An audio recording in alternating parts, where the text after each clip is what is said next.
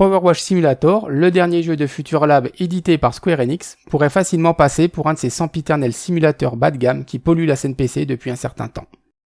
Vous voyez de quoi je parle. Il constitue en réalité un réel jeu de détente plutôt plaisant et une bonne option pour vous occuper pendant que vous écoutez un podcast ou quand vous avez quelques minutes à perdre. Les graphismes sont assez basiques, mais pas vilains et très soignés. La direction artistique est cohérente et très propre, les matériaux sont bien représentés par les textures, le rendu est très doux et très agréable, en particulier dans la gestion de la lumière. C'est pas Power Wash Simulator qui va faire chauffer votre carte graphique, mais c'est un quasi sans faute esthétique. Tout est très simple, mais aussi de très bon goût. L'interface donne la même impression, elle est de plus très élégante et bien pensée. On appréciera le soin du détail dans la petite goutte toute mignonne qui sert de curseur dans les menus. L'ensemble est très harmonieux, mais ressemblerait peut-être davantage à un travail de designer qu'à une réalisation artistique. Si on voulait chipoter et trouver un défaut graphique au jeu, ce serait sûrement qu'il est un petit peu trop propre. Mais c'est vraiment chercher la petite bête. Si la sobriété des graphismes rend le jeu plaisant, on ne peut pas en dire autant de sa sobriété sonore. Future Lab nous propose ici le strict minimum en la matière et c'est un petit peu juste. Vous entendrez le bruit de votre jet d'eau ou celui de vos pas, avec quelques nuances en fonction de la surface touchée, mais aucun son d'ambiance en dehors de quelques aboiements ou chants d'oiseaux.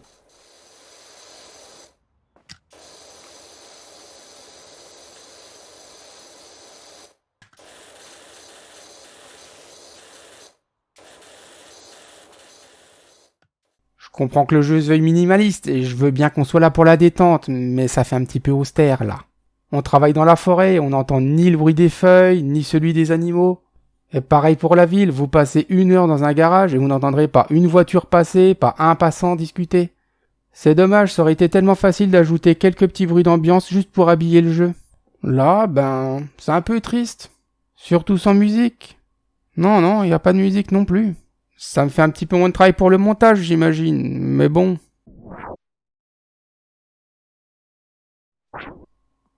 Le scénario de Power Wash Simulator déchire. Non, je déconne, mais il est quand même beaucoup plus développé que ce qu'on pourrait penser. Ça démarre par les SMS de vos clients qui apparaissent régulièrement à l'écran au cours de vos missions. Ils vous racontent leur vie, partagent leurs passions, font même quelques petites blagues. Ça semble presque rien, mais ça a son petit charme quand même. Ça donne un peu de vie au jeu et un semblant de sens à vos actions. Tous ces petits messages apparemment anodins finissent par former le fil rouge d'une chouette histoire se moquant gentiment des théories complotistes liées aux extraterrestres et à l'Antiquité. Là aussi, vous voyez de quoi je parle. Vous trouverez aussi régulièrement des éléments de décor tels que des fresques ou des publicités qui rappellent les niveaux précédents. Ce sont de très jolis visuels qui créent un peu de cohérence dans l'univers du jeu et sont très plaisants à dévoiler. Encore une fois, c'est 3 fois rien, mais c'est sobre, élégant, simple et ça fait mouche.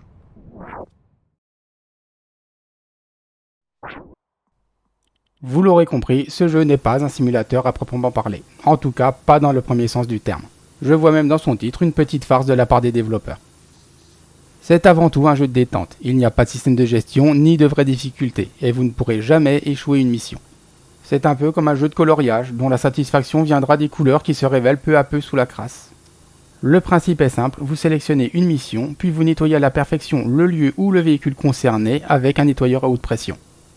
L'enjeu principal, si l'on veut, sera juste d'utiliser les bons accessoires pour donner au pistolet la bonne allonge, la bonne pression et éventuellement le bon savon en fonction de la tâche à effacer. Vous disposerez également d'un tabouret, d'une échelle et d'un échafaudage pour vous déplacer en hauteur. À vous ensuite d'être astucieux et de trouver la meilleure façon d'aller nettoyer les moindres recoins des environnements et des véhicules proposés. Encore une fois, ne cherchez pas le réalisme, il n'y a pas d'équipement de sécurité et les chutes sont sans danger. Les contrôles sont ceux d'un FPS classique et sont très bien calibrés, juste assez sensibles et précis.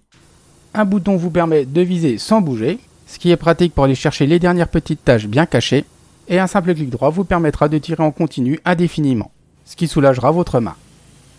Votre vitesse de déplacement de base est bien dosée et elle diminuera lorsque vous regardez vers le sol ou vers le plafond. C'est souvent un problème dans les FPS, voire un signe de mauvaise programmation, mais ici ça fonctionne à merveille pour une visée plus précise. Le seul petit souci de maniabilité que j'ai eu venait d'un saut qui manquait parfois un tout petit peu de précision ou de réactivité, en particulier lorsque vous êtes déjà en contact avec certains murs. C'est quasi négligeable en début de partie, mais ça devient beaucoup plus fréquent au fur et à mesure que les niveaux se complexifient. Les menus sont très bien pensés et très accessibles. Vous avez plusieurs touches pour gérer chaque type d'équipement, le nettoyeur, l'extension, les embouts, ainsi qu'une touche pour gérer l'ensemble. Quelques attributions de touches sont peut-être un petit peu étranges à la manette, mais on s'habitue très vite. Globalement, Power Wash Simulator ressemble donc à une expérience plaisante, élégante, bien pensée et accessible. C'est dans les détails qu'on trouvera les défauts du jeu, mais dans des détails qui deviennent de plus en plus significatifs au cours de la partie. Parlons d'abord de la progression au sein d'un niveau. Celle-ci se fait par élément. Le jeu valide tous vos efforts sur un élément lorsque celui-ci est considéré comme nettoyé à 100%. Or, le barème est arbitraire et peut changer radicalement d'une surface à l'autre. Il ne semble pas toujours intrinsèquement lié à la taille ou à la complexité de la surface nettoyée. Le système nous valide des surfaces ayant encore d'énormes taches bien visibles, et on s'acharne parfois sur des recoins insignifiants sans savoir pourquoi. Certaines taches deviennent effectivement invisibles lorsqu'elles sont trop petites. Il existe un système révélant ces taches, mais il est maladroit et ennuyeux. On appuie simplement sur un bouton pour mettre en surbrillance les zones non nettoyées pendant 1 à 2 secondes. Ça force à utiliser la touche à répétition, ce qui est plutôt agaçant.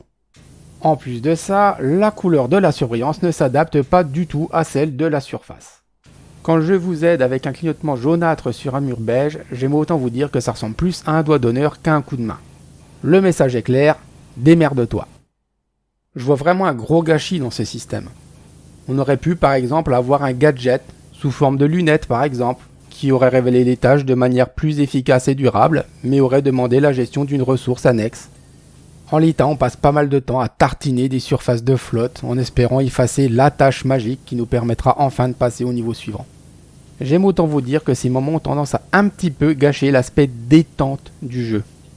Mon problème suivant vient du système de progression au sein de la campagne. Durant les niveaux, le jeu vous attribue progressivement des étoiles, jusqu'à un maximum de 5 lorsque le niveau est totalement terminé. Ces étoiles servent à débloquer les missions suivantes. Au début de la campagne, vous aurez généralement accès à plusieurs niveaux simultanément. Mais durant le dernier tiers de la campagne, vous aurez généralement besoin de terminer intégralement toutes les missions précédentes si vous voulez débloquer le niveau suivant. Cela est probablement fait pour éviter toute incohérence scénaristique en fin de partie, mais ça rend aussi la fin de campagne beaucoup plus monotone que le début. J'ai dit plutôt qu'il n'y avait pas de réelle difficulté dans ce jeu, et je tiens à répéter que ce n'est pas un problème en soi, c'est même l'intention des développeurs. Mais il n'y a réellement aucune variété non plus. Tout ce qui change réellement entre le début et la fin de la campagne, c'est que vous aurez débloqué du matériel un peu plus puissant et un peu plus efficace. Mais le jeu lui-même se déroulera exactement de la même façon. Et lorsqu'il n'y a ni difficulté ni diversité, alors il n'y a aucun enjeu non plus. Et c'est ainsi que Power Wash Simulator se transforme progressivement d'une simulation de corvée en une corvée à part entière. Imposer un petit challenge unique par niveau aurait été fun et aurait ajouté un petit peu de personnalité à la mission. Il y a des tas d'éléments de décor qui auraient pu être utilisés à ces fins. Par exemple, tous les ballons et tous les nains de jardin que vous apercevrez dans la partie et avec lesquels vous pouvez d'ailleurs interagir. J'aurais aussi beaucoup aimé une petite gestion de la gravité. Réfléchir à la physique de l'eau qui ruisselle aurait pu être fun. Mais bon, ça c'est probablement beaucoup demandé pour une toute petite équipe comme Future Lab et apparemment c'était pas la priorité. Et puis tout ça c'est pas des vrais problèmes. Je sais bien que je suis en train de reprocher au jeu ce qu'il n'est pas plutôt que ce qu'il est. C'est juste ce qui me vient en tête spontanément quand je pense à des petites idées qui pourraient peut-être rompre un minimum la monotonie du jeu. D'ailleurs, si vous souhaitez vous imposer un challenge, il y a 2 modes pour ça dans le jeu. Le premier vous demande de terminer un niveau le plus rapidement possible, et le second vous demande de terminer le niveau en dépensant le moins d'eau possible. Mais ces modes de jeu se débloquent pour un niveau uniquement après avoir déjà terminé celui-ci dans la campagne. Je suis personnellement d'avis qu'il aurait été un peu plus malin d'intégrer ces défis dans la campagne elle-même, quitte à les proposer sous une forme assez facile pour rester dans une logique de détente. Pour rompre la monotonie, vous pouvez aussi passer par le mode coopération. Les développeurs ont eu le bon goût de laisser jusqu'à 2 joueurs participer à la campagne et jusqu'à 6 joueurs participer aux autres modes de jeu, en dehors des modes défis cités plus tôt.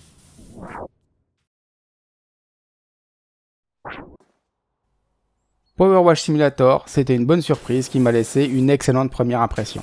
Je suis très vite tombé sous le charme de son gameplay et de son design propre et soigné, et si les moyens des développeurs étaient de toute évidence limités, ils ont montré une réelle maîtrise de ceux-ci.